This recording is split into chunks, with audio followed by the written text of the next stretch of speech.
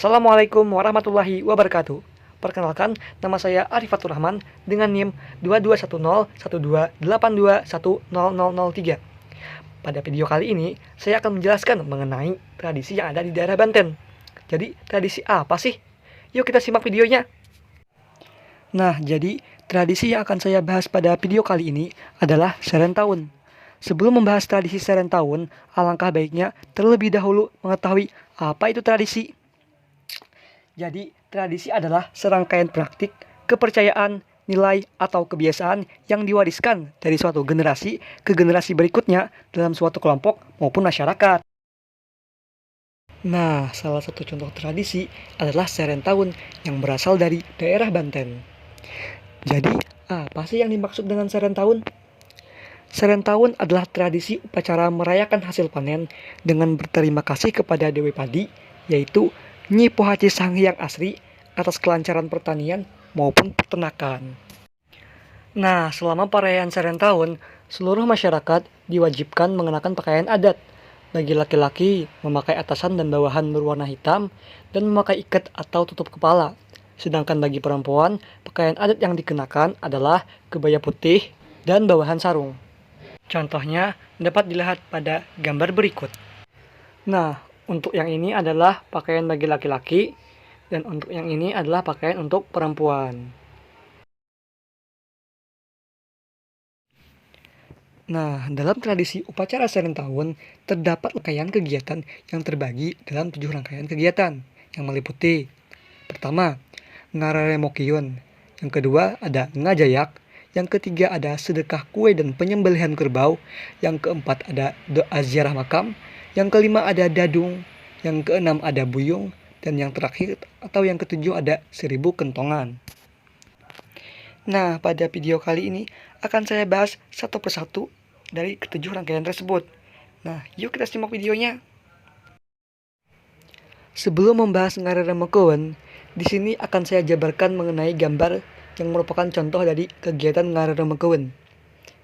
Dapat dilihat ada beberapa orang yang sedang melakukan ritual dengan padi-padi. Nah, jadi apa sih Ngararemokyun itu?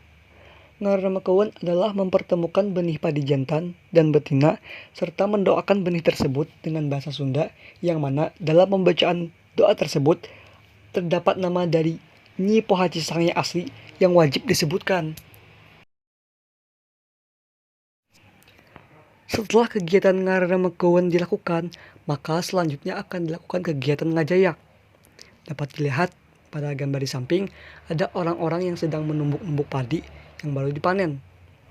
Nah, jadi Ngajayak adalah penyerahan padi hasil panen dari masyarakat ke ketua adat untuk kemudian ditumbuk secara bersama-sama, yang kemudian berasnya akan dibagikan kepada yang membutuhkan, baik itu fakir miskin, yatim piatu, maupun yang lain, selagi orang tersebut termasuk dalam kategori membutuhkan bantuan.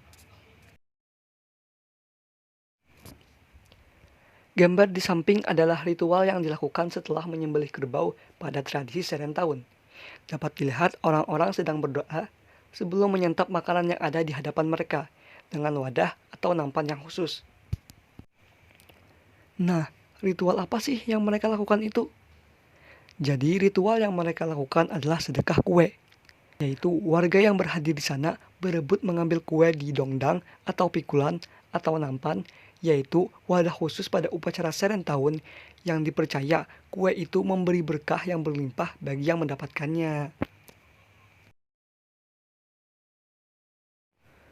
Nah, setelah ritual sedekah kue dan penyembelihan kerbau dilakukan, para warga khususnya ketua adat akan berziarah ke makam leluhur mereka maupun ketua adat mereka sebelumnya yang berada di Gedong Liutik.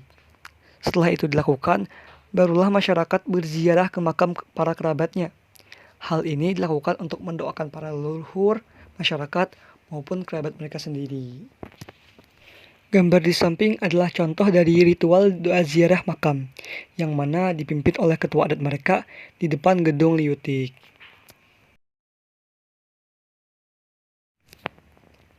Selanjutnya adalah ritual Dadung. Dapat dilihat pada gambar di samping ada sekumpulan pria yang sedang melingkar dengan sebuah tali dan terlihat seperti menari. Nah, jadi ritual Dadung adalah kegiatan upacara penyeimbang antara manusia dan alam. Upacara ini berisi tarian masyarakat yang menggunakan tari tambang yang mana melambangkan kekuatan alam itu sendiri. Makna dari tarian tersebut adalah gambaran para petani atau gembala yang bersyukur atas berkah yang sudah diberikan Tuhan kepada mereka, yaitu keberhasilan panen maupun peternakan mereka.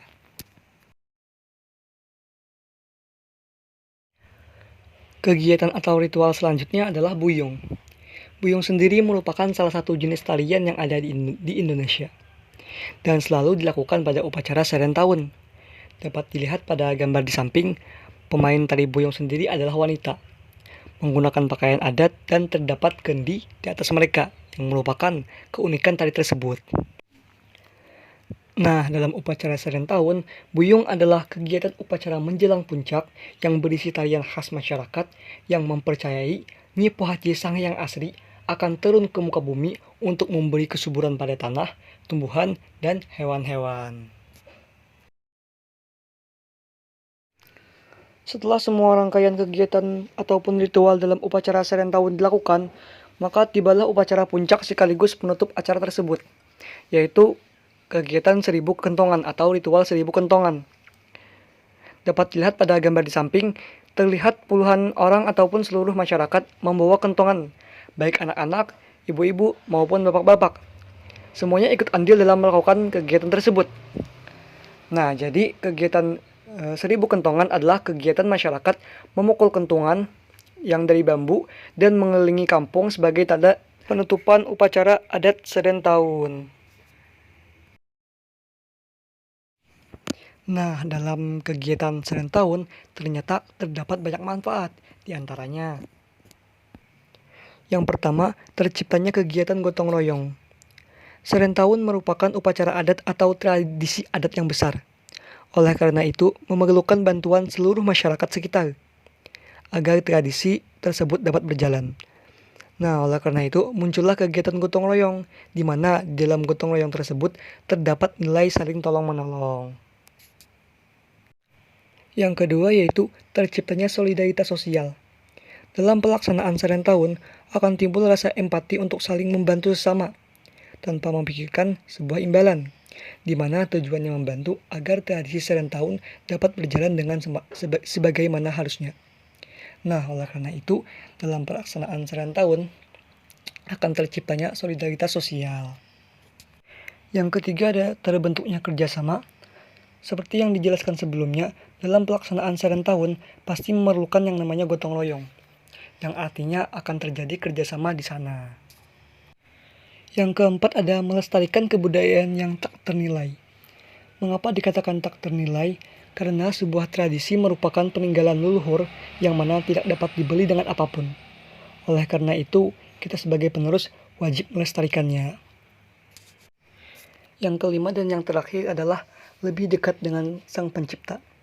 Serent tahun merupakan tradisi yang mana di dalamnya adalah bentuk rasa syukur masyarakat akan keberhasilan panen mereka, di mana mereka diajarkan jika semua hal adalah atas kehendak yang di atas. Oleh karena itu, mereka melakukan tradisi serent tahun sebagai ungkapan terima kasih atas berkah yang telah diberikan.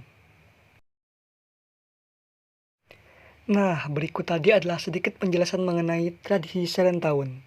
Sekian dari saya, mohon maaf atas segala kekurangannya. Wassalamualaikum warahmatullahi wabarakatuh. Dadah.